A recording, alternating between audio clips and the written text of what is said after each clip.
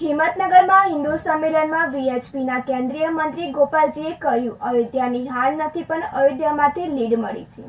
મંદિર મામલે રાજકીય મુદ્દો ન બનાવવા પણ અપીલ કરી છે. તો દર્શન માટે બધા આવે છે તો બધા એક થાય અને ભારતને વિશ્વ ગુરુ બનાવવાની અપીલ કરી હતી. વિશ્વ હિન્દુ પરિષદને 60 વર્ષ પૂર્ણ થયા એના પગલે આજે સાબરકાંઠાના હિંમતનગર ખાતે હિન્દુ સંમેલન યોજાયું હતું, જેમાં રાષ્ટ્રીય સ્વયંસેવક સંઘ સહિત સ્થાનિક સાધુ સંતો તેમજ સ્થાનિક મોટી સંખ્યામાં ઉપસ્થિત રહ્યા હતા. આ તબક્કે બોલતા વિશ્વ હિન્દુ પરિષદના કેન્દ્રીય મંત્રીએ જણાવ્યું હતું કે આગામી સમયમાં સર્વે લોકો એકરૂપ બને તેમજ આધ્યાત્મિક ભાવના સાથે જોડાઈ ભારતને વિશ્વ ગુરુ બનાવવા અપીલ કરી હતી. તેમજ અયોધ્યા લોકસભા મામલે હાર બાબતે પુસ્તક તેમને જણાવ્યું હતું કે અયોધ્યા વિધાનસભાએ લીડ આપી છે તો હારના કારણો બીજા છે. મંદિરમાં દર્શન કરવા બધા આવે છે તેમજ મંદિર મામલે રાજકીય મુદ્દો ન બનાવવા અપીલ કરી હતી. હિન્દુ એક બને સાથે મંદિર સંસ્કારનું કેન્દ્ર બને તો આગામી સમયમાં ભારતને વિશ્વ ગુરુ બનાવવામાં મળે સર્વ ધર્મ સમભાવ સહિત રાષ્ટ્રીય એકતા અને અખંડિતતાની સાથોસાથ સાર્વભૌમત્વ, ગૌહત્યા તેમજ અન્ય જેહાદી ષડયંત્ર મામલે એકરૂપ થવા અપીલ કરી હતી. સાથે આગામી સમયમાં તમામ મામલે એકરૂપ બનવા હાકલ કરી હતી. સુરેશ થોરી સાથે નંદિની જોશી, सिटी न्यूज़ हिम्मतनगर।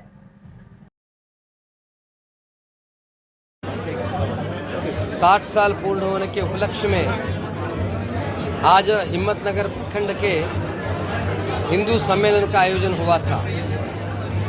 समाज के प्रमुख लोग विविध जाति संप्रदाय के और अपने अपने परिश्रम से समाज में स्थान कमाने वाले लोग माता भगिनी सहित यहाँ उपस्थित थे।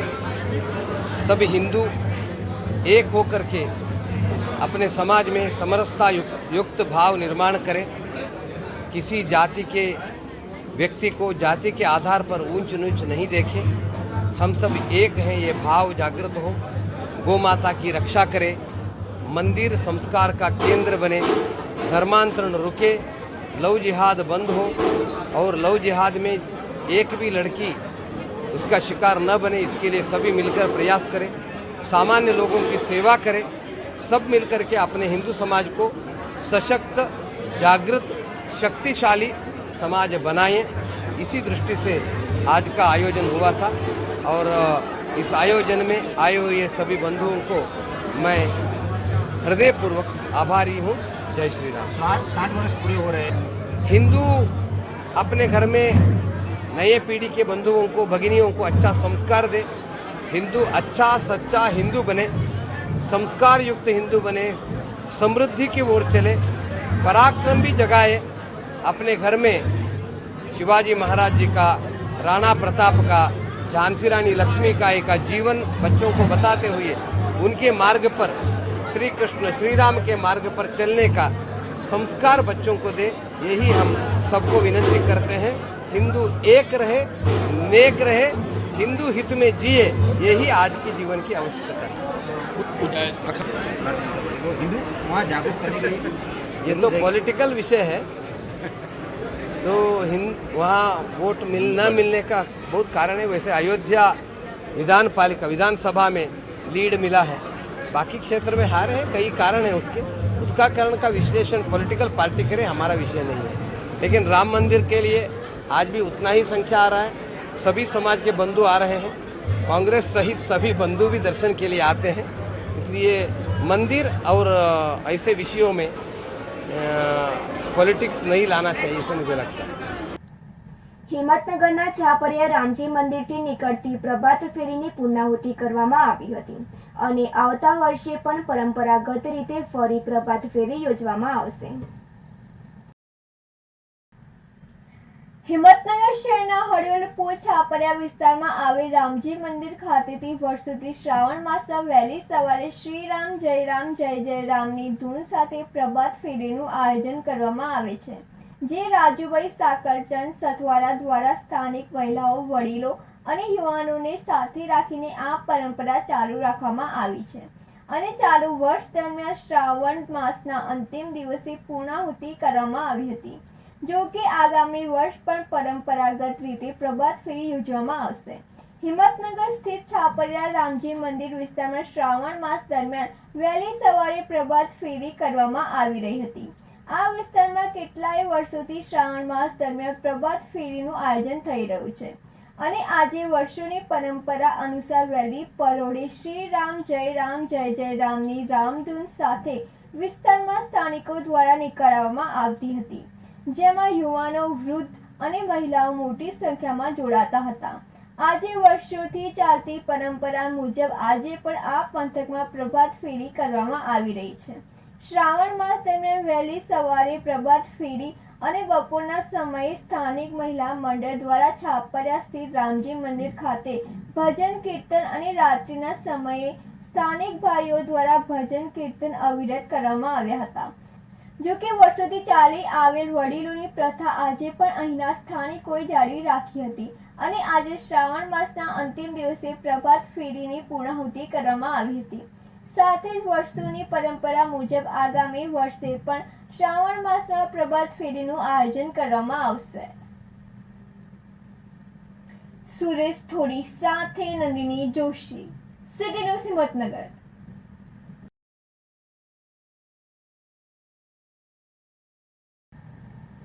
સાબરકાંઠા જિલ્લાના હિંમતનગરમાં આજે મહારાજા શ્રી હિંમતસિંહજીની 125મી જન્મજયંતિ નિમિત્તે પ્રતિમાને ફૂલહાર અર્પણ કરવામાં આવ્યા હતા. આ પ્રસંગે હિંમતનગરના ધારાસભ્ય, પાલિકા પ્રમુખ, ચીફ ઓફિસર સહિત પદાધિકારીઓ અને કર્મચારીઓ ઉપસ્થિત રહ્યા હતા. હિંમતનગરમાં મહારાજા શ્રી હિંમતસિંહજી સાહેબનો જન્મ જયંતિની ઉજવણી કરવામાં આવી હતી. જો કે હિજ હાઇનેસ મહારાજાધિરાજ મહારાજા શ્રી હિંમતસિંહજી સાહેબ બહાદુર મહારાજા ઓફ વિડરનો જન્મ 2 સપ્ટેમ્બર 1899ની સાલમાં થયો હતો. આજે 125મી જન્મ જયંતિએ હિંમતનગરમાં વ્યાપાર ભવન પાસે લાયન્સ ગાર્ડન પાસે પ્રતિમાને ફૂલહાર અર્પણ કરવામાં આવ્યા હતા. પાલિકા દ્વારા કરેલ આયોજનમાં હિંમતનગરના ધારાસભ્ય વીડી ઝાલા, પાલિકા પ્રમુખ વિમલભાઈ ઉપાધ્યાય, ચીફ ઓફિસર ઉપેન્દ્રભાઈ ગઢવી, પાલિકાના વિવિધ સમિતિના ચેરમેન, સ્થાનિક સદસ્યો, મહારાજાના પરિવારજનો અને પાલિકાના કર્મચારીઓ ઉપસ્થિત રહ્યા હતા. સુરેશ થોડી સાથે નંદિની જોશી, સિટી ન્યૂઝ હિંમતનગર. આજે શ્રાવણ મહિનાની સોમવતી અમાસનો પવિત્ર દિવસ છે અને એ દિવસે જેના નામ પરથી આ હિંમતનગર આપણે શહેર મોટું બન્યું છે એવા પૂજ્ય સ્વર્ગસ્થ મહારાજા હિંમતસિંહજી બાવજીના 125મી જન્મ જયંતિ નિમિત્તે આજરોજ હિંમતનગર નગરપાલિકા અને એમના કુટુંબીજનો અને શહેરીજનો મારફતે 125મી જન્મજયંતિ નિમિત્તે એમના જે સ્ટેચ્યુ છે ત્યાં આગળ ફૂલહાર વિધિ અને એમનો યાદ કરવાનો અનેરો ઉત્સવમાં સહભાગી થવાનો મોકો મળ્યો. જે આવા જે મોટા જે મહારાજાઓ છે કે જેમને બહુ આવું દૂરંદેશી રાખી અને આવા અદ્યતન શહેરોની આખા ભારત દેશમાં પણ આવી બધી ઠેર ઠેર આપણે શહેરોમાં જોઈએ છે કે આવી સરસ મજાનું આયોજન જે તે વખતનું અને એનો આપણે અત્યારે પણ આપણે લાભ લઈ રહ્યા છે. ફરીથી એમને હું મારા નતમસ્તક વંદન કરું છું અને આવા જે મહારાજા છે એ મહારાજાને કાયમી આપણે યાદ રાખીશું એવો મારો.